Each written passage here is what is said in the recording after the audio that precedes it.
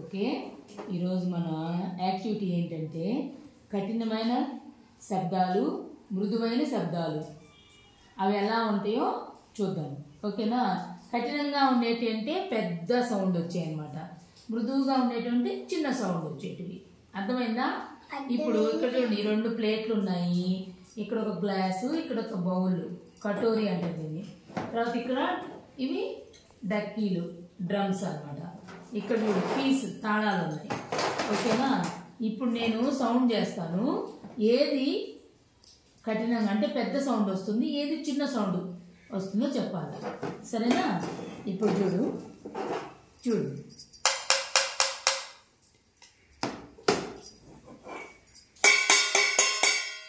ఈ రెండింటిలో ఏది పెద్ద సౌండ్ వచ్చింది చూపించు. Very good. తర్వాత ఇప్పుడు దీన్ని కూడా గ్లాస్ని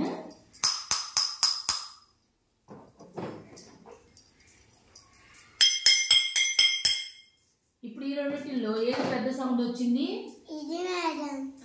వెరీ గుడ్. ఇప్పుడు చూడు ఇవి కూడా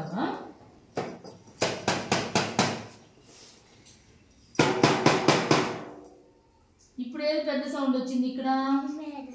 వెరీ గుడ్. ఇప్పుడు చూడు ఈ 2 ఉన్నాయి కదా తాళాలు.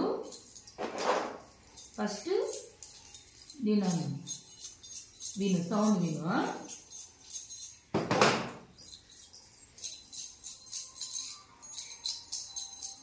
ఏది పెద్ద సౌండ్ వచ్చింది ఈ రెండింటిలో? ఇది. గుడ్. ఇప్పుడు పెద్ద సౌండ్, చిన్న సౌండ్ తేడా అర్థమైంది కదా? అంటే ఇప్పుడు మనం టపాసులు పేలుస్తాం అనుకో, చిన్న సౌండ్ వచ్చింది, పెద్ద సౌండ్ వచ్చింది అనేది మీకు తెలుస్తుంది కదా? దీపావళి పండుగ చేసుకున్నారు కదా, అప్పుడు పెద్ద సౌండ్ ఏమి వస్తాయి? ఏ టపాసు వస్తుంది? వంకాయ బాంబ. మరి చిన్న సౌండ్ ఏది? ఏ టపాసు పేలుతుంది చిన్నగా? వెరీ గుడ్, మిరపకాయ టపాసు. ఓకేనా? వెరీ గుడ్, బాగా చెప్పుకున్నారు. చక్కగా క్లాప్స్ కొట్టు.